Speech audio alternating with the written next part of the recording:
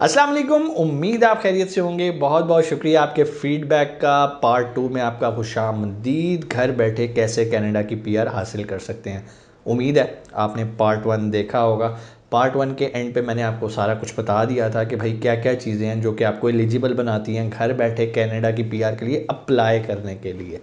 और आपको मैंने बताया था कि एक स्पेसिफिक आपका स्कोर होना चाहिए जिसको CRS स्कोर कहा जाता है, कॉम्प्रिहेंसिव रैंकिंग सिस्टम स्कोर। ये स्कोर अगर आपका 67 से ज़्यादा है तो आप एलिजिबल हैं, आप अप्लाई कर सकते हैं घर से बैठे।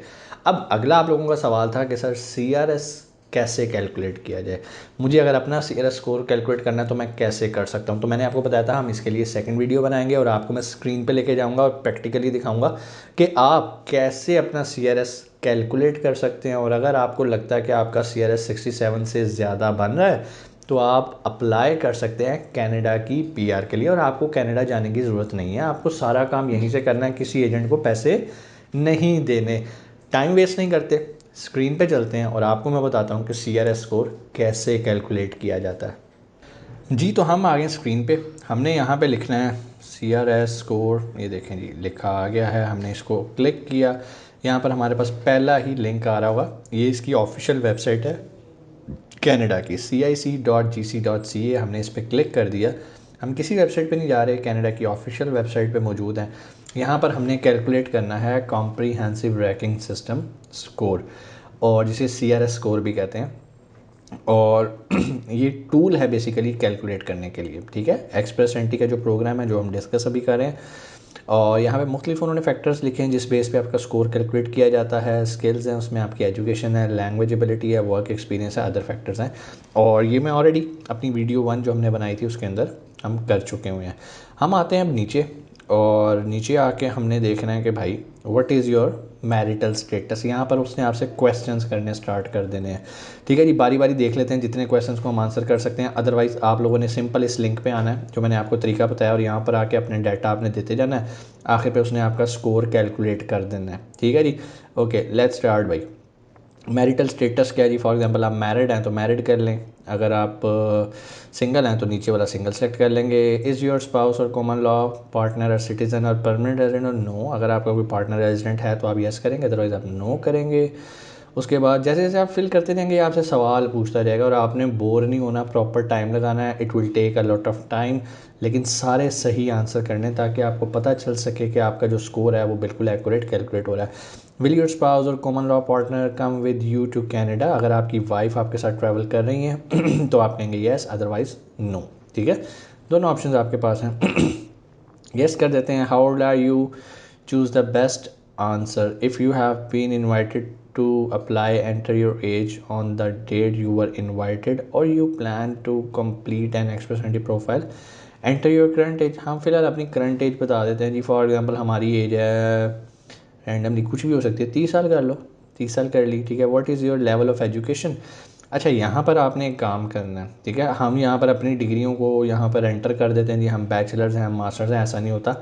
हमें एजुकेशनल क्रेडेंशियल असेसमेंट करवानी पड़ती है, और उसके बाद हमें बताया जाता है कि भाई आपने जो डिग्री किया, फॉर एग्जांपल आपने अगर पाकिस्तान से ग्रेजुएशन किया या मास्टर्स किया, आपने उसकी ECA करवानी है, एजुकेशनल क्रेडेंशियल असेसमेंट।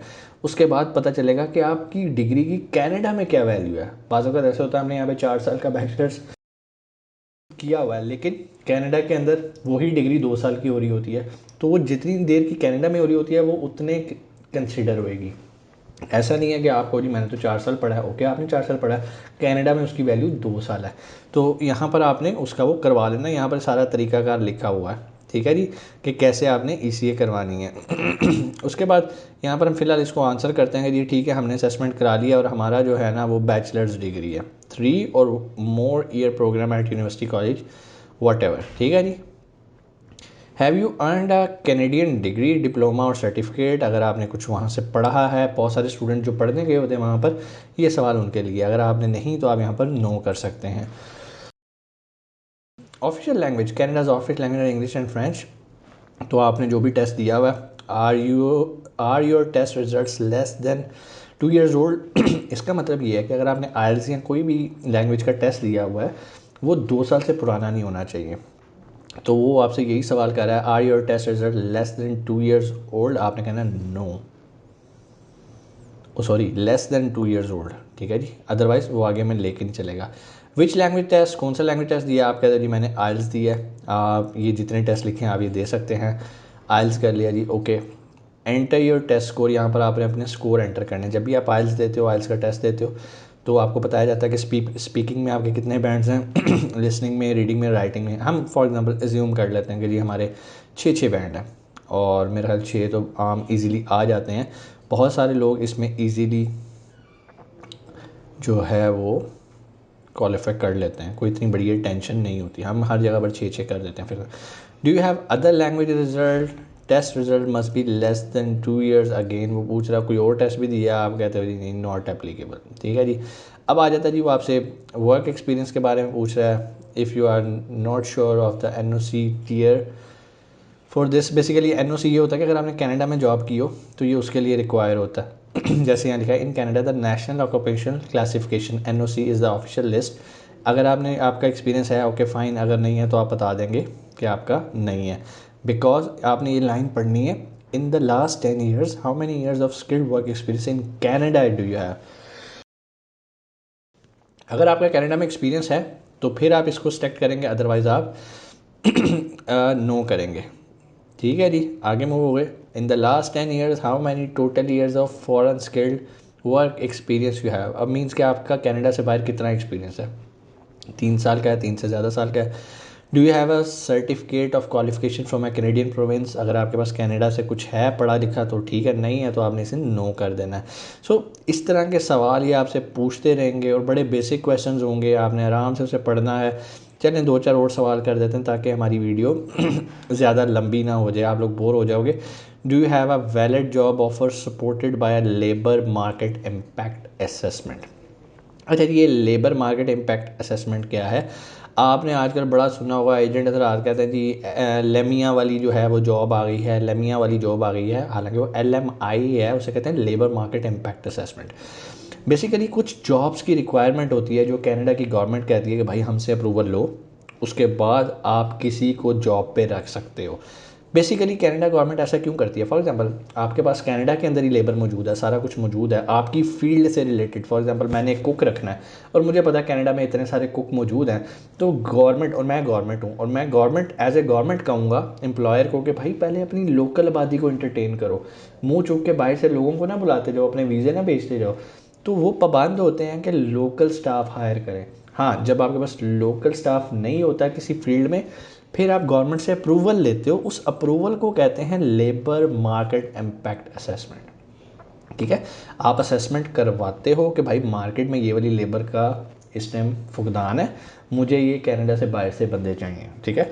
बेसिकली ये एक एक्सपेंसिव काम होता है, ये असेसमेंट करवाना सस्ती नहीं होती, यही बात है। बहुत सारे लोग जो विजिट वीज़ा पे जाते हैं और वहाँ से जब कन्वर्ट करते हैं उसे वर्क परमिट पे, तो जो एम्प्लॉयर होता है उसको पहले लेबर मार्केट इम्पैक्ट असेसमेंट के लिए अप्लाई करना पड़ता है, और इसकी अच्छी खासी फीस है।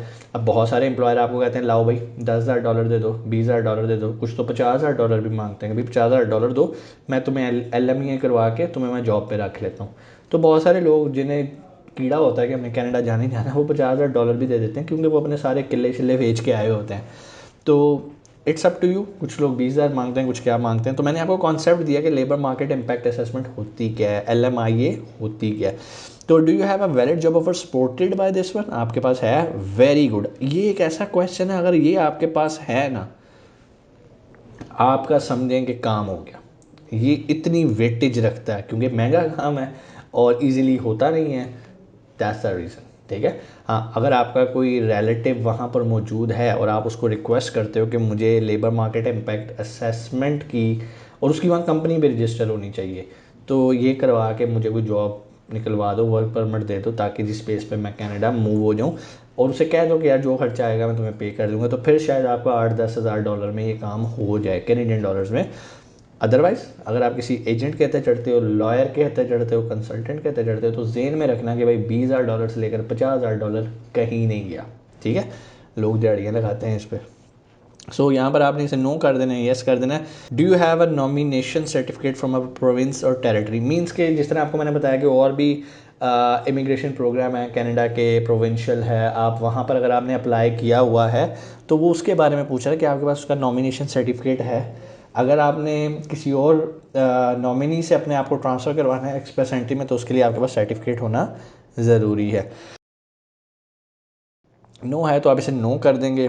लो जी 10वां सवाल है, इसके बाद हम इसे छोड़ देंगे। आप लोगों ने खुद ही सवाल करते जाना है, आखिर पे कैलकुलेट योर स्कोर पे क्लिक करना और आपका स्कोर जो है आ जाना है। Do you or your spouse or a common law partner, if they will come with you to Canada, have at least one brother or sister living in Canada who is citizen or permanent residence?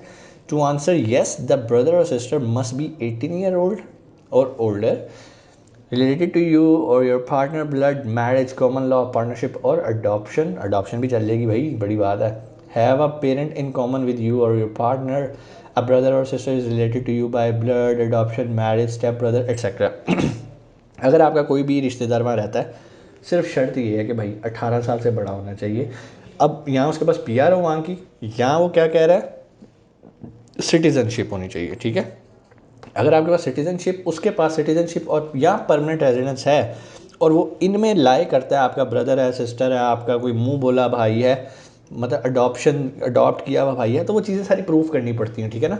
ऐसा नहीं है कि आप मुँह चूक के कह दो हाँ जी मेरा एक वहाँ पर बिछड़ा हुआ भाई जो था ना, पिछले जन्म में बिछड़ गया था तो वो वहाँ पे रहता है, तो ऐसा नहीं है भाई, आपको प्रूफ करना पड़ता है, ठीक है। आपको एफआरसी या लीगल डॉक्यूमेंट्स उसके एज ए प्रूफ सबमिट करने हैं, ठीक है। तो अगर तो कोई है तो ये सेकंड इम्पॉर्टेंट पॉइंट है, ठीक है। एक मैंने आपको बताया जॉब वाला तगड़ा काम है। अगर आपके पास जॉब लेटर आ गया, समझो आप बाकी की चीज़ें तो आप ऐसे फिल कर लोगे। 600 पॉइंट्स क्या, आप यहाँ पे 800 भी स्कोर कर लोगे, 1000 भी स्कोर कर लोगे, टेंशन नहीं होनी। दूसरा इंपॉर्टेंट, अगर आपका कोई ब्लड रिलेशन वहाँ पर है तो आपको उसके एक अच्छे खासे पॉइंट्स मिलते हैं, उसकी एक वेटेज है। तो ये फॉर्म इसी तरह आपने फिल करते जाना है। उसने आप देखे मैंने किया, वो 11वां सवाल आ गया। ये सवाल काफ़ी लंबे चलने हैं, टेंशन नहीं लेनी, सुकून से करना है। वीडियो बहुत लंबी हो जाएगी, मुझे पता है इस टाइम आधे लोग छोड़ के जा चुके होंगे, सिर्फ वही लोग वीडियो देख रहे होंगे जो कि वाकई में कनाडा जाना चाहते हैं और कुछ करना चाहते हैं पैसा लगाए बगैर, यहीं बैठे पीआर लेना चाहते हैं। अब पीआर के बहुत सारे एडवांटेजेस हैं, इंशाल्लाह इस पर भी हम एक वीडियो बनाएंगे कि पीआर लेने के बाद लोग क्यों 20,000 से 50,000 डॉलर खर्चते हैं पीआर लेने के लिए। एक और बात जाते हुए भाई, हम कंसल्टेंसी नहीं देते, हमें कॉल करके तंग ना करें, हमें ये ना कहेंगे भाई हम आपसे मिलना चाहते हैं अपॉइंटमेंट, हम अपॉइंटमेंट नहीं देते भाई, हम कोई कंसल्टेंसी नहीं देते। जो हमारे पास इल्म होता है आपको यूट्यूब चैनल पे बता देते हैं, काम करना आपका काम है। हमारी कोशिश होती है आपको फ्रॉड से बचाएं, आपकी जेब से पैसे ना लगें। फिर भी अगर आप हमसे पूछोगे सर कितने पैसे आप लेंगे कनाडा भेजने के, तो भाई हम नहीं करते। अपना बहुत सारा ख्याल रखिएगा, इंशाल्लाह आपसे मुलाकात होती है अगली वीडियो में। पाकिस्तान जिंदाबाद।